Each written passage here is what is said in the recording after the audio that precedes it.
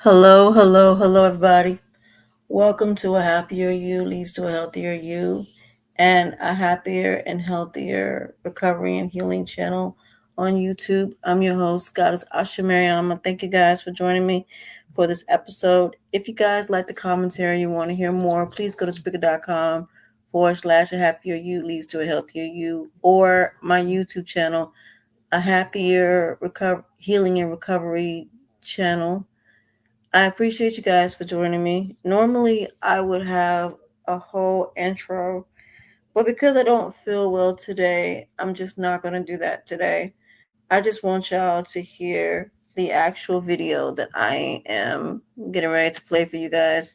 This video is a conversation I did with Mr. Bryan Powers, and he tells a story about him and his wife almost getting divorced and everything that they had to go through as far as a healing and recovery journey to bring themselves not only back together for their children, but also for themselves, and the journey of therapy and counseling and childhood traumas that impact and affect marriages and even our adult relationships, because we all know that we have children. We as children go through trauma with our parents. What? Yes. Yes. Yes. Yes. Sorry, y'all. That's my mother.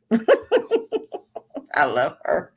I'm at home visiting family, so I do apologize for that. My mom is just being mom. That's all. Shout outs to my mother. I love her. But anyway, um, I'm visiting family for the holidays for Thanksgiving and Christmas. So my mom, she has very bad timing, but that's just who she is. So she gets a shout out. But anyway, but he talks about this integrated attachment theory that he found on someone that was doing it on a podcast. He ended up doing training with this individual, and now he's helping other people with the integrative attachment theory. In this conversation, he goes into it a little bit, but the conversation that we're going to have in the actual podcast, we're going to go more in depth into it. This is just a pre conversation that I thought you guys should hear to prepare you guys for the actual conversation that we're going to be having, because that's one of the things that I'm absolutely going to do. If the conversations are really, really good, I will definitely let you guys hear them. So that way you guys will be able to be prepared for how the conversations are going to go. And that when we do the actual conversation, you guys have an idea of what we'll be discussing, what we'll be talking about, and how the conversation flows. So for those of you that are podcasters, I think it's important that you do pre-conversations with your guests to get to know them, to see what they do, to basically get to know them as people, and then you can pretty much go from there. So with that being said, without further ado, I'm going to mute myself, and then we're going to start the actual conversation. And I will be back at the end to close it out. So I hope you guys enjoy it. I hope you guys learned something from this pre conversation and look forward to the post conversation. And let's get to it.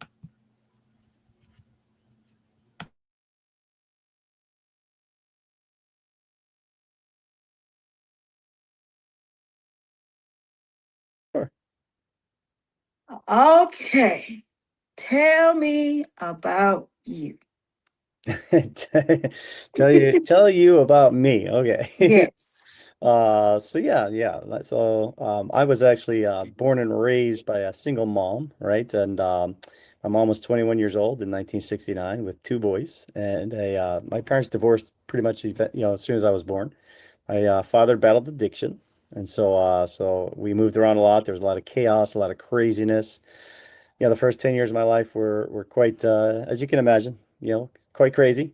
My mom was young, my father was young. They were just young and kind of trying to figure their own lives out. And now they get two kids and divorced and all this craziness. So, yeah, it was a tough upbringing, if you will, and that would form a lot of my, what would become my patterns, the way I view the world, the way I see, the world and stuff like that. And so that's something that I learned, that how that the childhood, the first 7 years, especially of a child's life, really are very effective as to, pros or cons, right? So if it's kind of crazy, a lot of wounds can come up for in an early adult, in early childhood, if you will.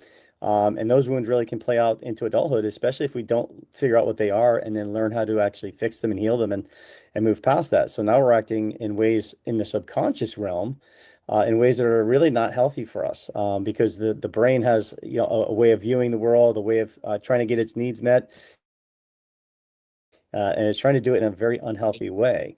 And that would ultimately play out for my wife and I, as in 2024, she also came from a pretty dysfunctional childhood, or more military style, but also very dysfunctional. Her father was very abusive, really, really bad, type of situation. So she also had a lot of wounds growing up and kind of playing out in her life. And so when we got together, everything was good. We had a pretty good relationship. Like most people, we met, fell in love, everything seemed great. We ultimately had a son together in 2019. In 2020, all the COVID craziness and all that stuff kind of hit. That added a lot of stress, along with a newborn baby. We found that we had a lot of different parenting styles, and so that was beginning to trigger us a lot. But that was also triggering our childhood wounds. And so for the next few years, this would start to kind of, culminate a little bit, start to snowball a little bit.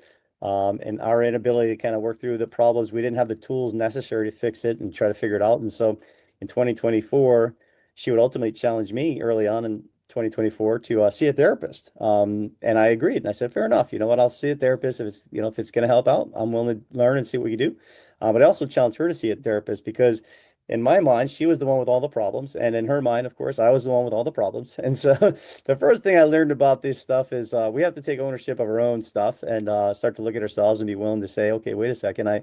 How am I showing up here? What am I doing wrong? Is there something going on here that I'm, not showing up in a way that is really good and healthy in any type of relationship? And so that's what we would discover over the next 4 months, though. We would literally begin to emotionally clash. And so it just became so emotionally tumultuous that she would ultimately, after 4 months, seek a restraining order against me for emotional safety, simply for emotional safety. It was never a violent threat. I never threatened my wife physically. It was just this emotional turmoil that ultimately just she couldn't take it anymore. And so, long story short, put the restraining order on. At that point, I figured the relationship is over. I just couldn't figure out what was going on. It was so chaotic, so crazy. My first inclination was to run back to Florida, which is where I have some friends and family at. But a buddy of mine challenged me. He said, well, what are you thinking? He's like, you have a son. He says, my father abandoned me, your father abandoned you, and look what we're dealing with now in our adult lives because of that. And I said, you're right. I cannot abandon my son. I knew at that point I was in trouble. I was stuck here. I had to figure it out one way or another. And but at the end of the day, that was the greatest decision of my life, was to stay here. And I was very fortunate. Once I made that decision to stay, a lot of miracles began to happen on my behalf. And one thing led to another. Found a really great place to stay with a friend of mine who was also battling at the time a divorce, and he was really battling it hard. He was just not handling it well at all, and really to the point where he often credits me for saving his life, for just coming to his life at that time. That's how bad things really were for him. But we helped each other. It was really great for us to both be together at that time. It was an incredible experience, and the fact that I fell into that spot and was able to live with a friend of mine who was literally living a mile away from my house. So even though I couldn't see my family, talk to my family, at least I was close enough, close in the area, and I felt pretty comfortable for myself to be able to get through this a little bit. And a lot of the same things, I could go to the same gym, go to the same supermarket, stuff like that, which just allowed me to kind of at least feel comfortable. But anyway, after a few months of that, we were doing some work. So my wife and I continued to go to our therapist. I had no idea she was still seeing her therapist, but she was seeing more of a childhood trauma specialist, which was working really well for her. About a month before the restraining order came up, she put the restraining order on me. I actually came across what's called integrated attachment theory. And I Okay. saw a really great podcast by Thais Gibson. It's Thais. Her last name is Gibson, Gibson. She did a really great podcast on the Mel Robbins show. And she talked about an hour and a half, hour, 15 minutes about attachment theory. And I was fascinated by this because I said, man, there is some truth to this. Like I could really see, my wife was one way, I was leaning another way, and there just seemed like there was a lot of answers there. And I was like, wow, I got really excited about somebody knew what was going on and could see kind of the behaviors and the way we were kind of handling ourselves. And so I just got really, delved into that work with Thais Gibson and her personal development school. Even once the restraining order came on, I kind of was like, I'm still going to stick with this, and I still just wanted to learn. And I figured, what else am I going to do? I might as well take some time and continue to figure this out, which is what I did. I ultimately went to her school to be a coach as well. And so I was able to kind of take it to the next level and learn a lot of this stuff. And I didn't know if I was going to be a coach or not. I just really was, figuring out I can't lose if I learn it for myself. Great. If I decide to help other people with this, that's another added blessing. But at the very least, I just wanted to continue to learn. And so that's what I did. I continued to learn about attachment theory. And attachment theory is, again, it's really how we attach in relationships, whether it's our spouse, our friends, our family, stuff like that. And it really talks about, number one, how we attach. But number two, she created what's called the integrated attachment theory program, which is really what keeps us, which moves us from the insecure attachment styles to a healthier, secure attachment style. And it's based around 6 core pillars of the program. And those 6 core pillars are, number one, your core wounds. That's the subconscious thoughts and behaviors that we tell ourselves that we don't even realize we're doing. It's on automatic pilot. Those are the ones that are driving the bus, usually into a bad area. Number two, it's going to be your needs. Okay, really understanding what your true needs are, and then learning how to fulfill your needs on your own. So you're really not outsourcing your needs. Number three, it's our emotions. So number three is our emotions. How do we deal with our emotions? Number one, how do I, kind of bring those down a little bit, but also how do I use that as information? Because really the emotions are telling us something. It's information. So if we backtrack that a little bit, we go from our beliefs to our thoughts to our emotions to our actions. So beliefs lead to our thoughts lead to our emotions. So if I backtrack that, then I have to say, okay, well, what are my thoughts and what are my beliefs about this that's causing me to feel such an emotional trigger? When I do that, I can start to discover, oh, well, okay, I feel disrespected. I feel afraid. I feel not good enough. I feel like I'm gonna be abandoned. I feel all these types of things. That's where all of a sudden I said, whoa, okay, now that's what's really going through my brain that's causing me to act a certain way and now feel a certain way, but then act a certain way. And so when I learn to discover those things, I can begin to really kind of change those and figure that out. After that, we're going to work on our boundaries, which is huge. How do we set boundaries, healthy, good boundaries, right? And then I would say like the boundaries are the fence around the house, so they protect us. And so when I set a boundary, do people keep crossing the boundary? Do people keep coming over my fence? If they do, I have to readjust. I have to figure out, how do I tell them again? Hey, this isn't how I want to be treated. This is the way that I kind of, handle my business, if you will. And I'm going to figure out who can kind of respect my boundaries and honor those boundaries and work within a parameter that, again, is reasonable. We don't want to set crazy boundaries where it's unhealthy, but also not be boundaryless. And so finding that middle zone, if you will, is good. After that, it's our communication, which is huge. My wife and I did not know how to communicate in a way that actually would move the needle, right? And so many people, my wife would talk to me, be like, "Hey, I'm trying to talk to you," and I'd be like, "Oh, she's like, you're not listening." I'm like, "Of course I'm listening because I'm listening to defend myself, right?" I wasn't listening to understand my wife. I was listening to literally just defend and tell her why she was wrong and all that stuff. And so obviously that would lead to more fights. Nobody feels like they're being heard. Nobody feels like they're actually being understood, and that would just lead to more fights, and that those situations never got resolved. And so obviously, when something doesn't get resolved, that keeps coming back up. So if something keeps coming back up, you have to understand that it's coming back up because even if it happened 3, 4, 5, 6 years ago, it's because it was never truly resolved. And so we just began to learn how to communicate differently in a way that actually does move the needle. We actually listen to understand each other now, and it's totally different ballgame. And then last but not least is our behaviors. Number 6, how do I change my behaviors? How do I act in a way that's really, becoming of the way a man should behave, and her as well as a female, right? How do we do those things in a way that's actually good? And, instead of maybe flying off the handle over something stupid, maybe I learned how to put my shoes on, go for a walk, get out of the house for an hour and a half, and just, walk until I feel more emotionally regulated. So now I can come in the house and have a better conversation and, be more honorable in the way that I'm kind of behaving, if you will. So those are the 6 core elements that Thais Gibson put together on how to kind of really heal ourselves, begin to move the needle from the unhealthy attachment styles to the healthy attachment style.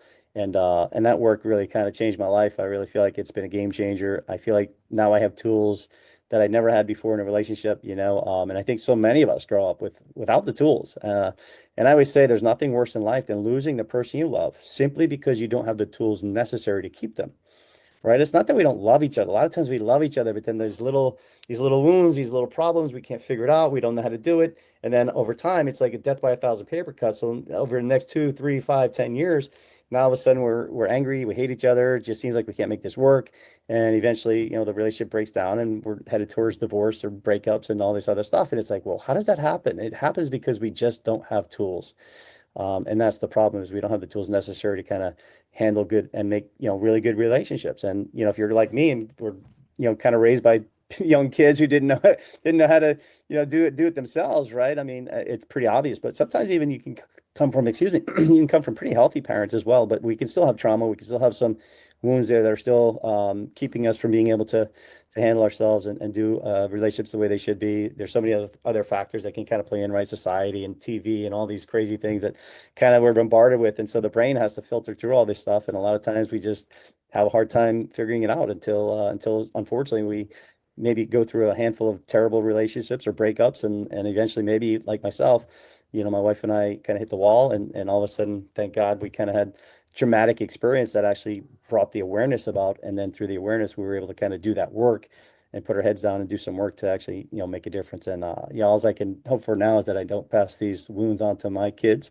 That is my wife and I, that's our goal, is to really just kind of, be the best we can for them and not pass this on to them because they deserve better than what I had, or in that regard, just want the best for them. So that's my story in a nutshell. It's a very interesting story because when it comes to healing and recovery, I learned that, you know, I tell people there's no such thing as going backwards. It's all about going forward. And it's either you're going to start over and you're going to completely let go of everything, including all those emotions that are attached, or you're going to go back and it's going to be the same, like you said, the same problems because there's no communication. Neither one of you took the time to learn. And the one thing that the two of you did was you took the time to learn separately. And everything that you learned, you brought together, which is something that's important. So now your communication is better. Now the way you spend, you manage the marriage as far as raising children. Cause I think a lot of, like you said, my mother was 19 when she had me. My dad was older, 9 years older than her, military.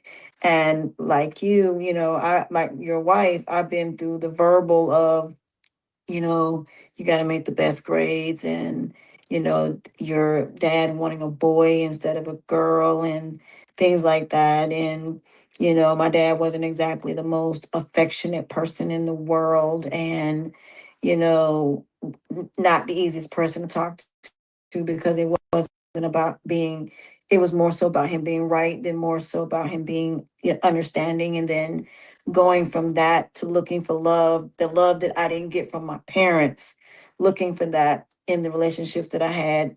21, being pregnant, not intentional. Condom broke, got pregnant, not because I was being irresponsible. He was 19, he was 18, I was 20. I had took a year off of school. He was still in school. And we tried to make it work for 2 years and ended up being a single mom. Found out my son was autistic. And that was like one of the most devastating things in the world because it's like, what did I do wrong? And then, being essayed and then going through a domestic violence relationship in high school, and then going through this journey of you wanting to be loved so bad that you're willing to do all of these things just because you want that acceptance and you want that love, but you lose your respect because of what you're willing to do to get into that. And so when I started getting into healing, it made me physically sick because one day I was in a hospital and I couldn't walk, and the doctor said, "Do you not realize that you're going through post-traumatic slave disorder?" I said, "What is that?" He said, "It's something where your whole entire life you have been treated as if your feelings don't matter, your wants don't matter. You settle, you allow people to abuse you because that is what you're used to." And he said, it's not just physically, it's verbally. You don't feel like you deserve anything.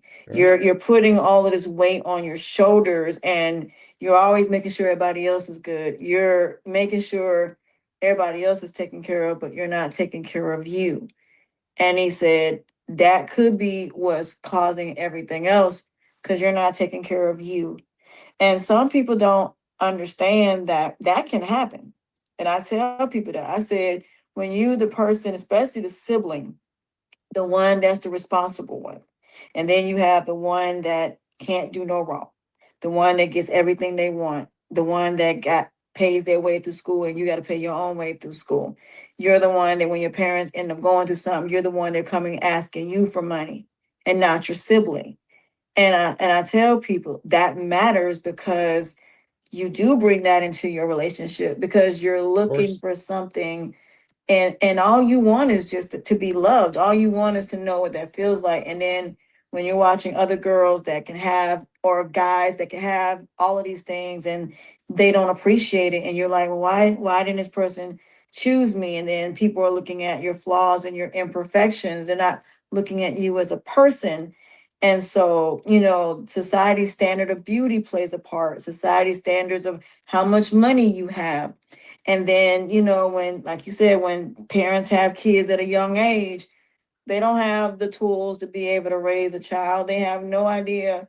And then they're still trying to take care of themselves. They still want to go out. They still want to have that adult life, and you don't understand it when you have children. It doesn't work like that. You should do it all and then, have children when you've done it all, when you have your house and when you've been in your house for a few years and you have the financial means to say, okay, now that we've traveled and we've done it all, now I'm with the person that I know I want to do 18 years to death do us part. This is the person that I want to do that with because we've been through the trenches of girlfriend and boyfriend and we went through that. And a lot of people don't even think that you don't need to go through counseling and that you don't need to date again while you're married. People say, what do you mean? I said, you should always date again when you're married. You should always act like y'all are not married. That way you get a chance to get to know each other as you go through these stages of marriage because everything is stages. And I said, each person should always be evenly yoked. Even if we are doing separate things, you always should be evenly yoked. Both of your opinions matter, both of your thoughts matter. If that man goes to war and ends up paralyzed, he comes back, he's paralyzed. He's still the same person, he's just paralyzed.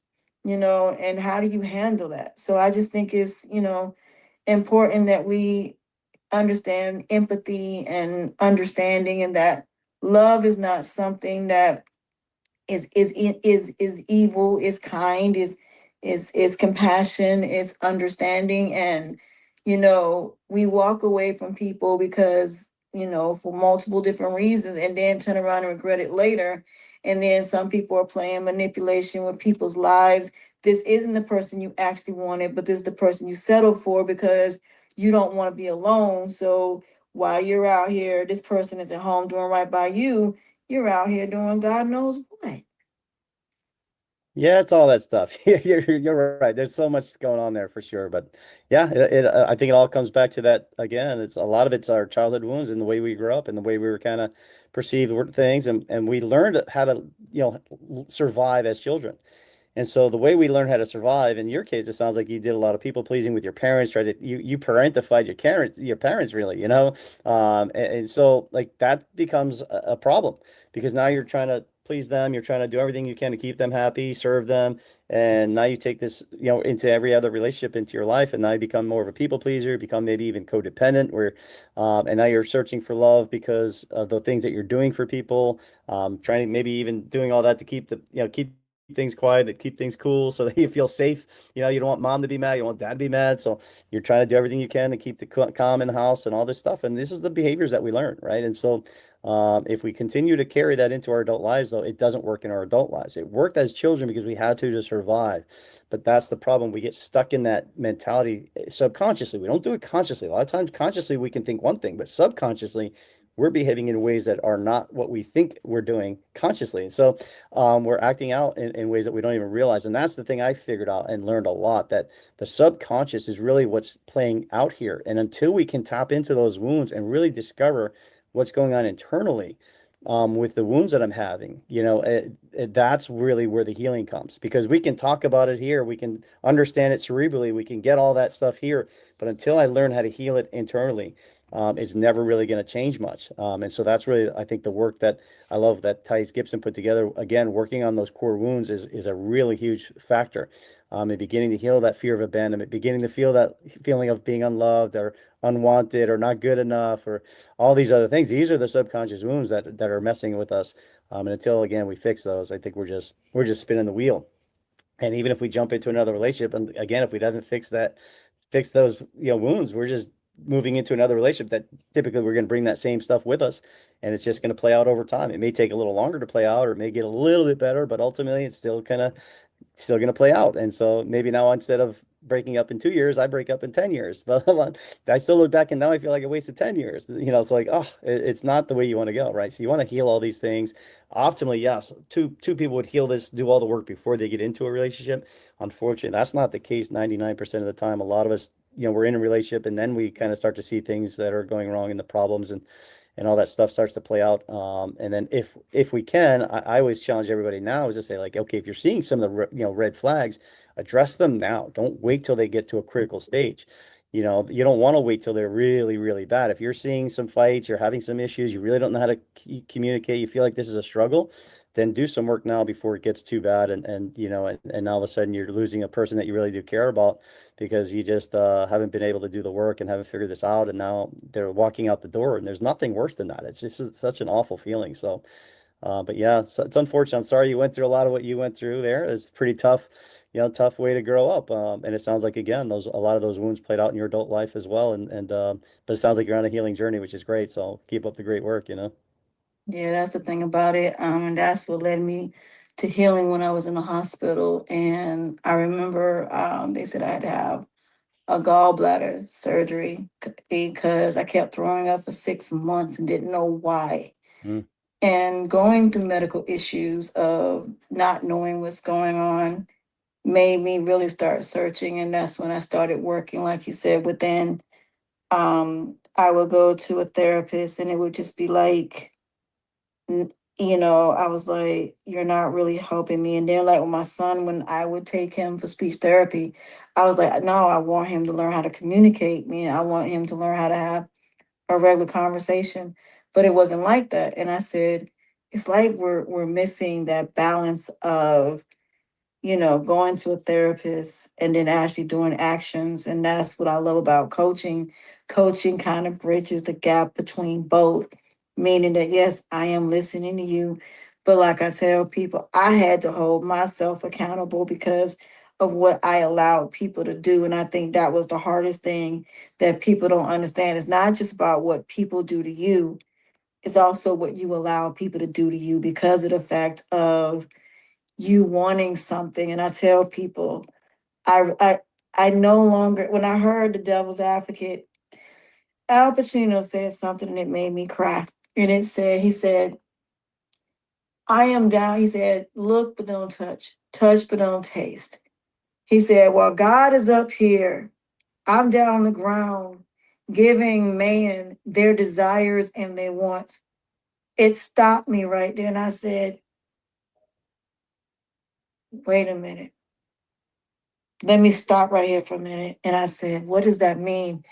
And when he kept talking and he kept saying how I'm a fan of man, vanity is the devil's greatest sin. And when I started looking at why I wanted things, I wasn't seeing them for what they were. Because I was like, I want this so bad. I don't care who I hurt. I yeah. don't care if I hurt myself. I want this. But then when the rose petal glasses come off, and I hear people say it all the time when they're in divorce, you're not the person I thought you were. They never were. They were your interpretation of what you thought they were. They were a wolf in sheep's clothing that presented themselves as someone that, like a siren that leads, the ships to all the pirates to their demise in Greek mythology. And I started really paying attention to that. I said, you know what? And then I started reading the Bible about wants and things like that. And I said, you know what? I'm looking at wants completely differently than what I should. So now I was like, I only want things that are attainable based on what they truly are, not my interpretation of it, not my visual side of it, but seeing it for what it is. And that's how I got learned about rejection. And I said, you know what? Actually, rejection is not a bad thing because that means it was never meant for me in the first place. And then I learned that you can be chosen but not be accepted. You can be accepted but not be chosen. And people like, what do you mean? I said, let's say, for example, you get chosen for a football team, but the players don't like you. So even though the coach knows you have the talent, the players don't like you. And then the players start giving you a hard time. And then something ends up happening. All because you thought you got accepted, but you weren't chosen. And I said, and I started looking at things differently. So now and that was through my son having autism and the way he thinks, because I would say no, and he'll look at me and then do it anyway. And then one day I said no about a PlayStation because he broke it. He went to granddaddy, and granddaddy went and got it. I said, didn't I say? I said no. My dad's like, well, I said, Dad, you just went over my head, and now he feels he can always go to you every time he does something. So it's the same thing. When I started, watching him, I said, you know what? This is what we really do. It's like we just determined to get what we want. And if we can't get it from one person, we're going to get it through another, which made me realize that's what infidelity is. Infidelity is if I can't get it from one person. And people, I said it's not, and the Bible is not even a sexual thing. It's more so whoever's going to give you what you want, that is who you're going to go to get it, even if you hurt someone else or betray somebody else in the process. Yeah, no, That that's right. part. So I learned that the brain is a needs meeting machine. And so again, if my subconscious brain is needing connection, it's needing love, it's needing to feel important, it's needing to feel whatever that need is subconsciously that I need, that my brain thinks it needs, it's going to do whatever it takes in the quickest way possible, even if in the long run it does a lot of damage. And that you're so right. So now you talk about infidelity, you talk about using drugs, you talk about using, these types of things, even though it's unhealthy in the long run, and we kind of know it consciously, but the subconscious doesn't care. The subconscious says, I don't care, let's do this. I need it. I gotta have it. I gotta have it.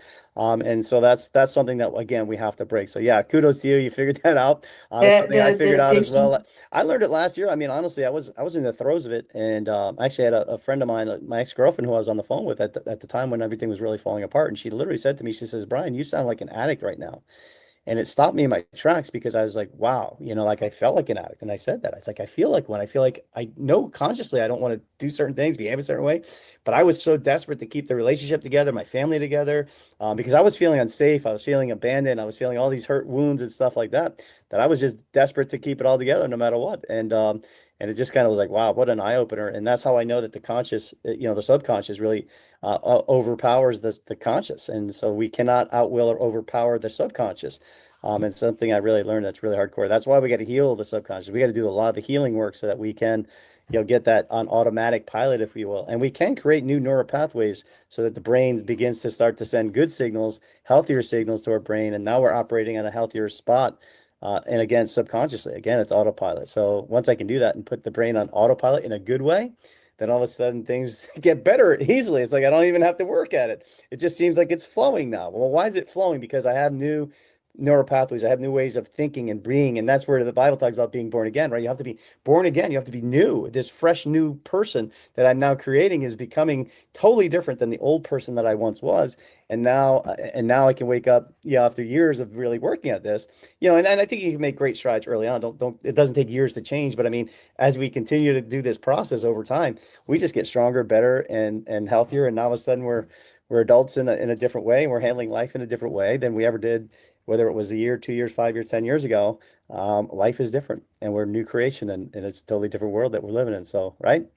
Yep, it's like and I said when you heal, a part of you dies. And I said if you look at crucifixion and you look at the resurrection, that's the same thing. I tell people there are people crucified every day from some of the most craziest situations, and they resurrect from it, and they're not the same persons that they used to be.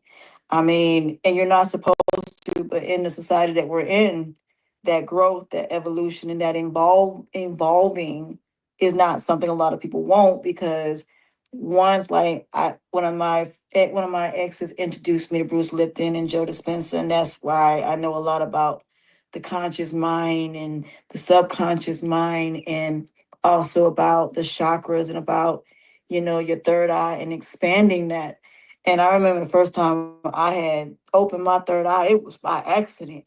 It was just one day I was saying something, and Next thing I know, I said it and I just stopped for a minute and I said, huh? But then it actually made sense. And then as my mom, I had one, and people don't understand when that happens, you have the biggest headache for days. And then as my mind started to expand, I started learning emotional intelligence. And I said, you know what?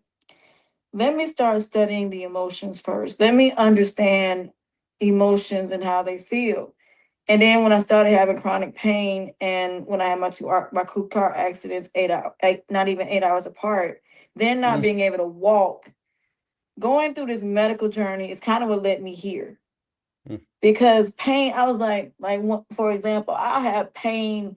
I'll take Motrin, and I'm like, why is it that every time I take something, it moves, and I'm like, it's worse up mm. here than it is Right. down here, Yeah. and I was like, why is this happening? And then a friend of mine, he does these documentaries about CRPS. And when I started learning about CRPS, I started incorporating that into mental. And I said, now it makes sense of why the mind doesn't understand and process pain in the same way as our feelings, which explains why we're in our feelings as much and why we react, because it hits the physical first before it hits up here because of the fact of your nervous system. And when I went to the doctor for my nervous, and he was doing all these different things, and I was feeling all these different sensations, it went all the way up to my brain, and I'm just sitting there, and I couldn't feel nothing. He said, "This is the first time I ever seen somebody do a nerve test, a shock test, and you didn't even move." I said, "Because I didn't feel it. I mean, I felt it, but I didn't feel the pain of it." So I Mm, started saying, okay, now it makes sense. If the brain blocks out the pain from the body may feel it, right. but you don't, because it's like that defense mechanism that we do when we go through pain. Our brain automatically doesn't let us feel it because it's our protector. It's the Right. thing that's shielding us from the pain. Whereas our bodies are like, no, I'm in pain. That's why Yeah. I'm fighting. That's why when somebody hits you or whatever, you hit back, because the body is reacting because it's not thinking. It's just like, okay, I got hit. I'm hitting back. Whereas Right. mentally, when we go through these emotional things, we automatically go into that protector because of that mental pain does not understand the same pain as the body.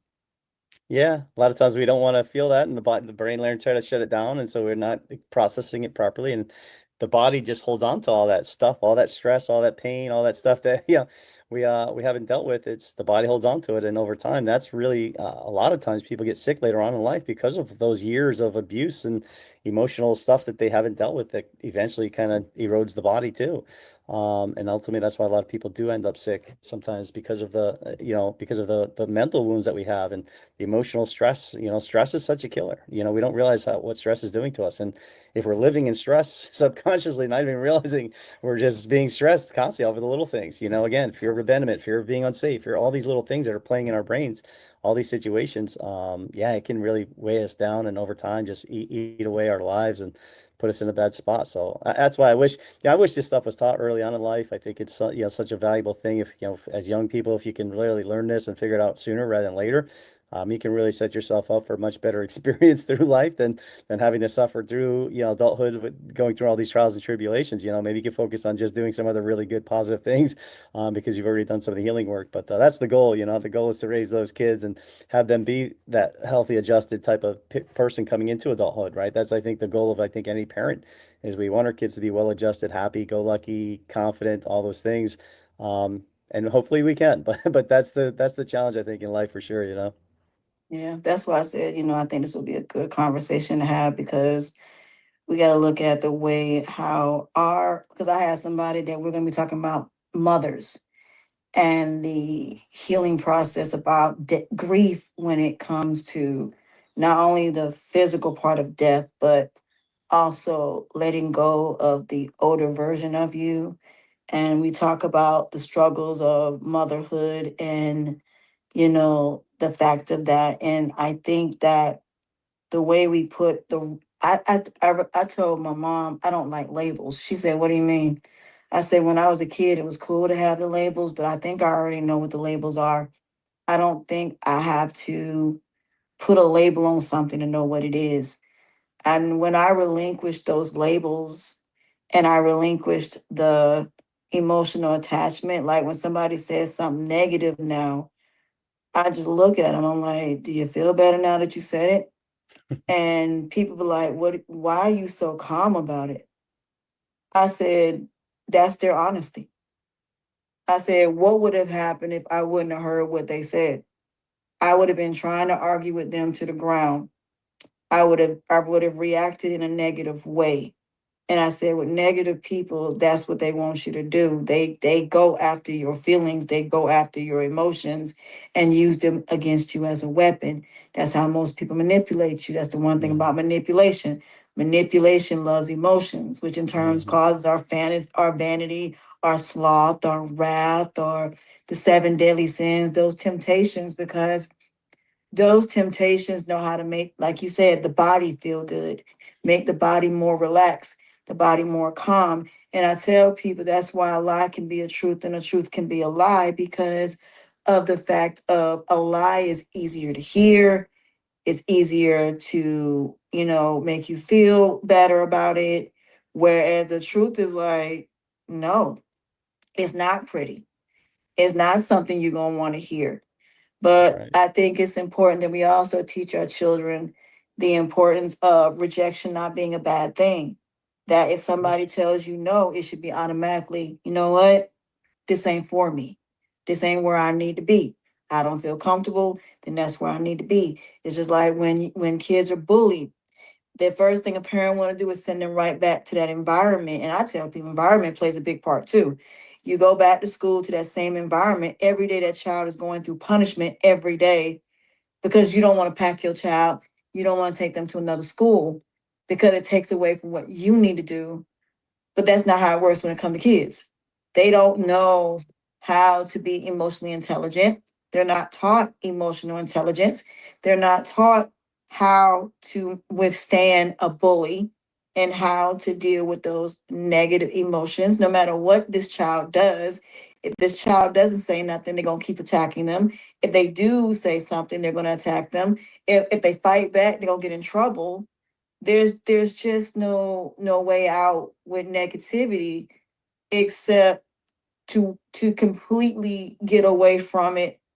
All in all, you may have to leave your environment. Domestic violence is the same thing. A woman can be in the same city, leave that person, that man finds her, and now she's gone. Why? Because she was still in that same environment, versus a parent saying, we're going to move you to a different state, make sure you're safe, keep you safe until this is over with. Because again, if negativity wants to find you, it will find you. If negativity wants to destroy you, it can destroy you. So now when people say something negative, I don't look at it as I'm going to get upset. I'm going to look at it as, okay, that's the way you feel. Then you're not somebody I need to deal with. You're not somebody that I need to be a part of. And the one thing I tell people, when you close chapters, that is the best healing you can do, is when you close those chapters permanently. And you close all of these things. Like I told people, I don't need to go back and talk to my dad about what he did. I don't need to go back and tell my mother what I did, what she did. I closed the chapters because I had a conversation. It wasn't about an apology. It wasn't about excuses. It was, this is how I feel. This is, you know, how I look at things. It's not about right or wrong for me. It's more so about you respecting me as your daughter. And no, I'm not expecting to have that father-daughter relationship, but what I am having is that understanding. I'm not forgiving you for you. I'm forgiving you for me, because I want to let it go. And I think once we let go of all of the emotions attached to the negativity, that is one thing that helped me heal physically, when I started relinquishing that spiritual weight. And people are like, Mm-hmm. what is spiritual weight? This is when you take on everybody's problems. And that was something that I was doing. So when I started putting boundaries and I started, understanding my worth and understanding that I missed out on a lot that I could have done and the time that I could have wasted doing something else. When I saw Nickelback and I saw that video where it had the time clock, not the regular time clock, but your time, how long you've been on this Mm. earth. And when I saw zero, I was like, you know what? Yeah, that part, time. I think we don't understand that, you know, time is something that will move no matter if you stay stagnant, no matter if you go backwards. Time is still going to move. You're still going to age. It's not going to change. There is no fountain of youth. Yeah. It's none of that. And no matter what you do, you're not going to change the fact that you're still getting older, no matter what. And once you start realizing that we spent our whole entire lives making other people money, we spent our whole entire lives, messing up our credit, all of these things that our parents didn't know. And thanks to Donald Trump, we all know now. Now we know everything that we, didn't know years ago. And now this younger generation is like, now it's like, now we look at things differently. So, it always worked like that. And I always say every kingdom has its day. Every empire has had its ups, has had its downfalls. But again, I tell people it's not about how we fall, it's about how we rise. People have hit rock bottom many times. Some people have hit rock bottom a few times.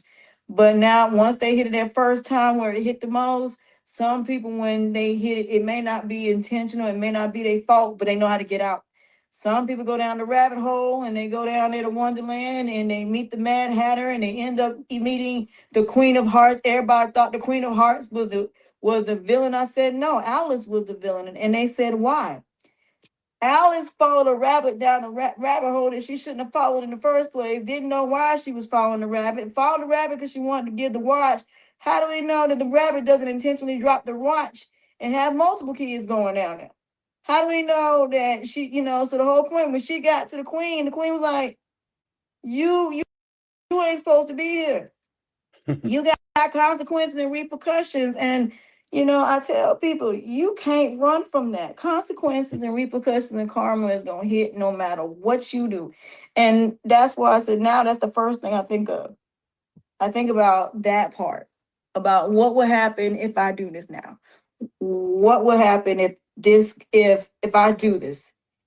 If it's negative, it's negative. That's just it on that. It's not going to end well.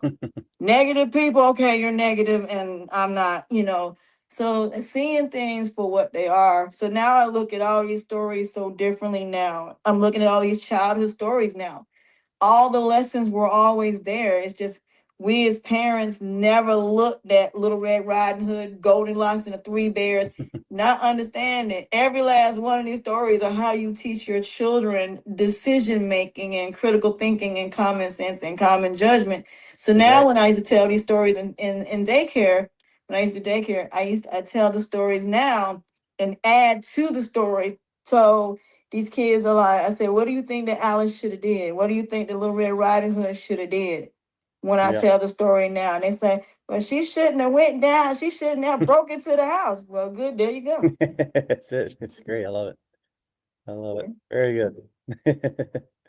So yeah, I'm looking forward to doing this podcast. I really am, because I think that doing this conversation will be great, because the fact of the matter that children, because in other countries I noticed that they do teach, like in Japan, they teach them these things, how to cook, how to decision make.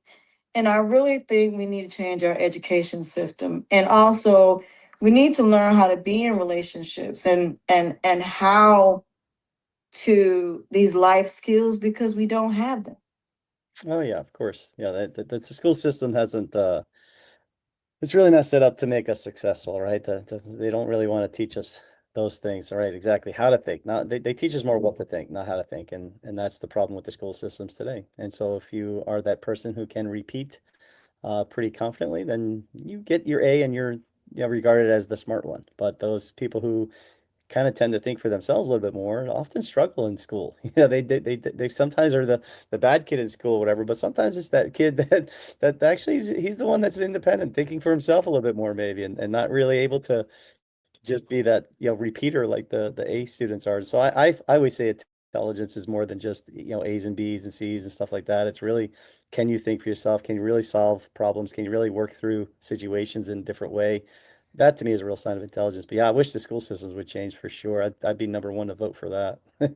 Would too, because I Yeah. feel like that, and then like a lot of parents don't want their kids to go to counseling. Because I remember my the second grade, my teacher told my dad that I needed to go to counseling. He didn't want to take me. He's like, there's nothing wrong. But now he sees from my son why he should have done that. So I feel like that we can't look at our children's emotional issues or mental or psychological issues as embarrassing. Hi. So yeah, I definitely think it's going to be a great conversation, and I'm really looking forward to doing it because I do want to go more in depth because especially when it comes to kids and the influences and how we go from the love of our parents to now we're hanging out with these kids that are influencing us, and now we're bringing that into our adult lives, and we're looking for we're scared to be alone. And I feel like, every person in the Bible had a period where they were alone. Job was alone. Moses was alone. You have that period where you need to be alone in order to be the new person. And then when you go back in the world, I feel like being one with the higher power and letting the higher power hear you and showing you the world and just sitting back. I said sometimes you just got to sit still and just observe. Because then when you get back in the world, when you walk out that door, you have no control over nobody else but you. That's You it. cannot guarantee that something negative ain't gonna happen. Can't guarantee like my mom when she got her car accident a few weeks ago, that wasn't something she was anticipating. You don't never know. All you can do is pray when you walk out the door that you gonna make it back. And that whatever you go through, that you're gonna be able to go through it, get to the other side as quickly as possible. That's it. I just think the more we heal ourselves, the easier it is to deal with negative things, the faster it is to get to the other side, the smarter way to get to it. And I asked somebody, I said, if you had to choose between the red pill and the blue pill in the matrix, which one would you choose? Majority of people said the red pill. And I said, why? Because you have to go through the journey to get through it. I said, what if I told you that I would choose the blue pill? And they said, why? I said the old version of me that didn't know no better would have went through all of that chaos and destruction just to still end up in a blue pill, and I could have done it a very simple way. I said, because all the information is in your brain. I said the red pill represents your subconsciousness and how you feel and how you go about going through all that chaos. Whereas your consciousness is like, I already know if I go down this hill, I'm gonna have to fight through all of this stuff. And even in the end, Neo said the same thing to the guy. He said, I went through all of this when there could have been a more simpler way to do this. He said, I see now why the blue pill is important, because if you've already been through it, you already know how it's gonna turn out. You know exactly the different options you got. So now when you walk through it in the blue pill, you walking through it, saving yourself a whole bunch of steps, All a right. whole bunch of chaos, and you still end up on the other side, just like the tortoise in the hare. That's It right. blew my mind it blew my mind, but I was like, I now see what this movie means. I understand now what the woman that wrote that book. I said, I now understand what she means. So now I live my life that way. If I can go through the same situation, well, sometimes I won't go through it at all. But if I had to, at least I know, let me do my research first before I walk into it, but prepare myself to get into it. That way I know what traps to avoid, what things to not deal with. Go through the same thing, avoid half of all the stuff that somebody who didn't know no better would have, and still end up on the other side unscathed. Yeah. That's how I look at it. Yeah, I gotta go back and watch that movie. It's been a while, and I Mhm. was way younger when I saw it the first time. So just gotta really go back and The, look, the, watch that one more detailed. yeah, the fourth one was really the one that really put it all together. Oh yeah, Because the I didn't fourth even know there was one, a fourth one. yeah, the fourth one is the last one, and that's the one where he's they got him in this world, and it's like he doesn't remember anything that happened.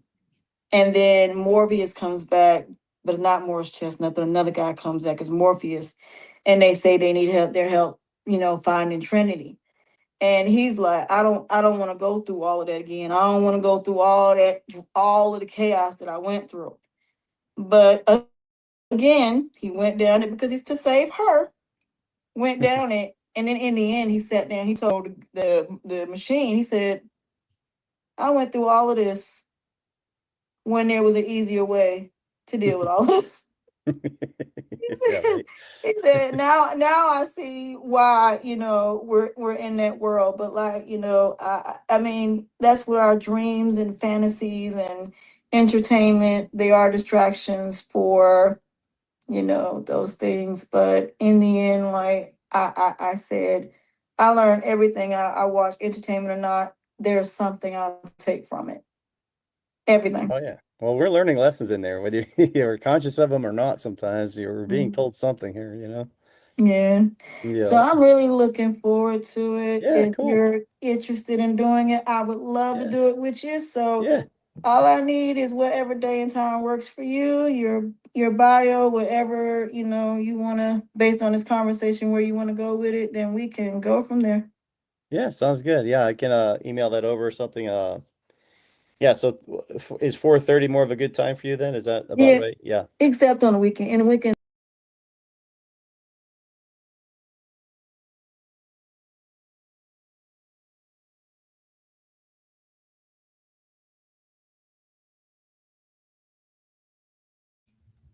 Okay, y'all, I'm back.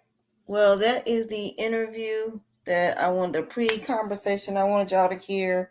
So we will be doing the conversation very soon. So at least you guys get to hear a summary of what's to come as far as each conversation. So each person I have, there are always pre-conversations, so I can get to know the person, see where the conversation is going. If it's where it's going to be enough to where it turns into something, then I will definitely post it. But I really want to thank you guys for joining me for the episode. I look forward to doing the conversation with Mr. Powers about the integrative attachment theory. And with that being said, don't forget to hit the like, subscribe, notification button to receive notification of my videos. And until next time, I will see you guys next time. Bye.